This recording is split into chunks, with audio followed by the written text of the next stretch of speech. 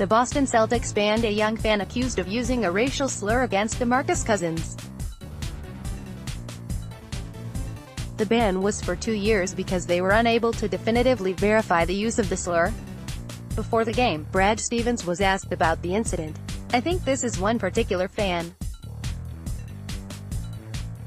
I heard that night that something had been said and I knew everybody in charge here was taking it really seriously. I had not heard the results of the investigation or the decision until last night when they broke the news," he said. "I talked a little bit more to our people with the Celtics this morning. It's disappointing anytime there's a negative fan interaction. Most fan interaction that I've been a part of, what I would say is 99% of it's good-natured ribbing back and forth.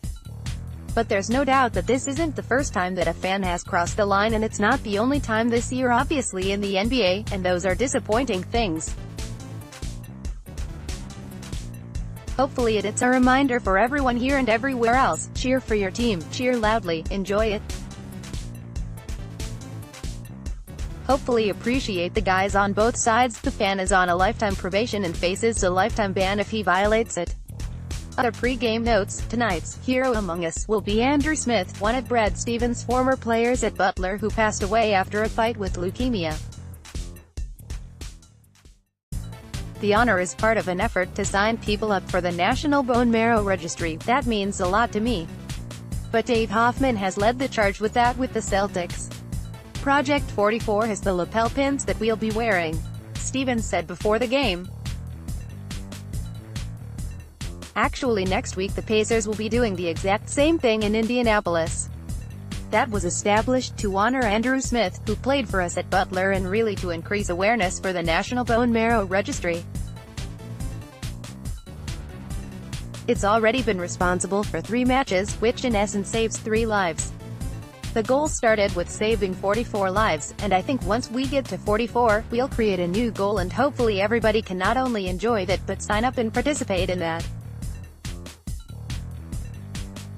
The most unbelievable part of the story is, I think, having a chance to coach Andrew and then being there with him as he was dying, how he wanted to help others, and then the very first match was one of his teammates.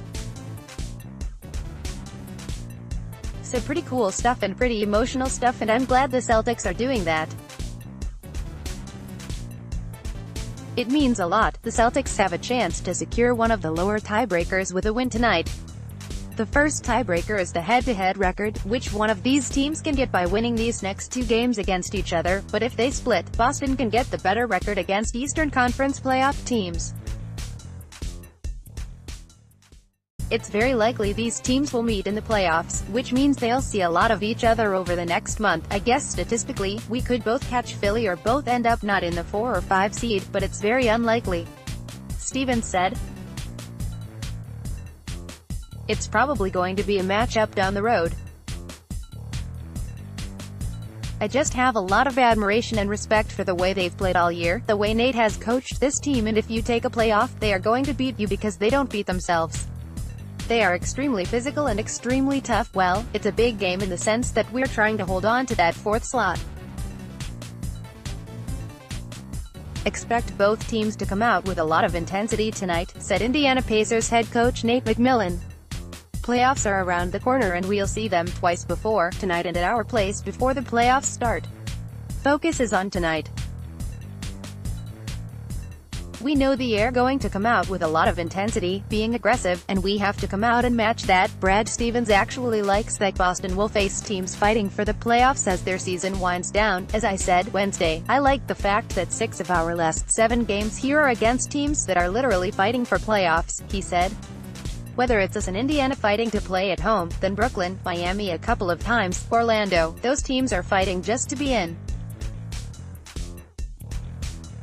There's going to be a lot of desperation in those games, and that really prepares you. There are no injuries to report. Yeah, everybody is available, which is pretty unique for us," Stevens deadpanned before the game. The options could lead to some unique pairings on the floor as Stevens tries to set a playoff rotation.